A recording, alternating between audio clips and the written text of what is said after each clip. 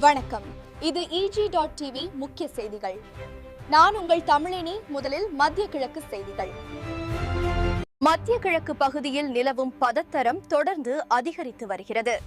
Israel மற்றும் காசா strip இடையேயான மோதல் காரணமாக பல பகுதிகளில் பாதுகாப்பு எச்சரிக்கை அறிவிக்கப்பட்டுள்ளது.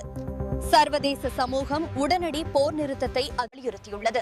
யுனைடெட் நேஷன்ஸ் அவசர ஆலோசனை கூட்டம் நடத்தி மனிதாபிமான உதவிகளை விரைவுபடுத்த நடவடிக்கை எடுத்துள்ளது. இதேவேளை இலங்கையில் பொருளாதார நிலைமை சீராகும் அறிகுறிகள் தென்படுகின்றன. அரசு புதிய முதலீட்டு திட்டங்களை அறிவித்துள்ளதாக அதிகாரிகள் தெரிவித்துள்ளனர்.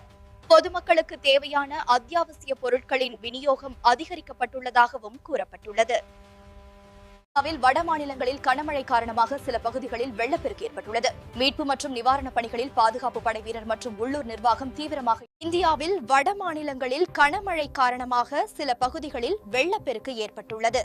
மீட்பு மற்றும் நிவாரணப் பணிகளில் படையினர் மற்றும் உள்ளூர் நிர்வாகம் தீவிரமாக ஈடுபட்டு வருகிறார்கள்.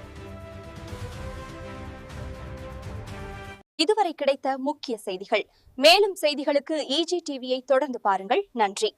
வணக்கம்.